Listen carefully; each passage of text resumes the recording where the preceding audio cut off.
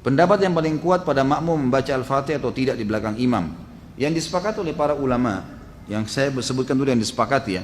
Yang disepakati adalah kalau sholatnya sir, tidak ngerasin suara, seperti misalnya duhur, asar, kemudian rakaat ketiga maghrib dan 2 rakaat terakhir isya, gitu kan? Ini namanya sholat sir, kecilin suara. Maka wajib makmum membaca Al-Fatihah. Wajib makmum membaca Al-Fatihah, gitu kan? Kecuali dalam keadaan ini khilaf ulama, bagaimana kalau dia baru membaca Ar-Rahmanir Rahim, Maliki Yaumiddin, imamnya Allahu Akbar ruku. Apa yang dia harus lakukan? Jumhur ulama mengatakan ikuti imam. Karena dia sudah berijtihad, dia sudah baca, gitu kan? Tapi tidak selesai. Sama dengan orang masbuk, baru Allahu Akbar, imamnya kita baru baca 2 Al-Fatihah sudah ruku. Apa yang harus kita lakukan? Jumhur mengatakan ruku saja. Imam Syafi'i mengatakan tidak, harus dia baca. Nggak bisa. Dan dia boleh ketinggalan untuk mengejar Al-Fatihah sampai 3 gerakan. Kalau dalam mazhab Syafi'iyah, gitu kan? 3 gerakan artinya ruku, sami'allahu hamidah, sampai sujud pertama. Nah itu dia boleh tetap menyelesaikan Al-Fatihahnya lalu dia mengejar imam. Karena pentingnya masalah Al-Fatihah ini. Tapi kalau sholatnya jahar, ngerasin suara, subuh, 2 rakaat pertama maghrib, gitu kan? 2 rakaat pertama isya, maka ini hukumnya jumhur mengatakan tidak ada bacaan bagi makmum, kecuali imam memberikan jeda waktu. Beranjak daripada hadis yang sahih bahwasanya Nabi SAW pernah mengatakan waladdallin amin, lalu tiba-tiba sahabat di belakang berlumba-lumba baca Al-Fatihah. Jadi ada suara bergemuruh gitu, sehingga bacaan Nabi SAW, Nabi sendiri terganggu SAW, dan makmum juga tidak konsentrasi dengar bacaan ayatnya beliau.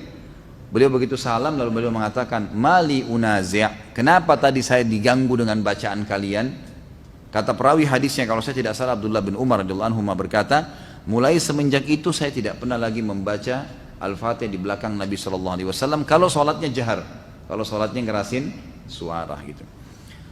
Ulama-ulama seperti Imam Syafi'i rahimahullah melihat bahwasanya orang yang membaca Al-Fatihah baik sholatnya jahar, kerasin suara atau sir, itu wajib.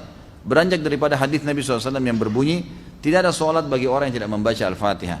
Maka beliau tidak membedakan antara sholat berjamaah atau sholat sendiri.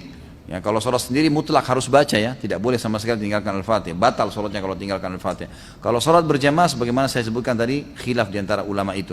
Imam Syafi'i semuanya, mau sholatnya jahar atau sir, semuanya harus membaca Al-Fatihah.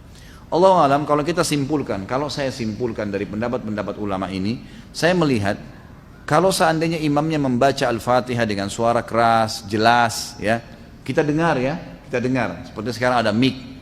Lain kalau mati lampu gelap, tidak kedengaran suara atau kita terlalu jauh dari imam, itu lain. Walaupun sholat jahar tetap wajib baca Al-Fatihah tuh, karena kita tidak dengar. Karena memang Allah berfirman, umumnya ulama berpegang pada ayat ini, a'udzubillahi minasyaitonirrajim, fa idza quri'al qur'anu fastami'u lahu wa ansitu.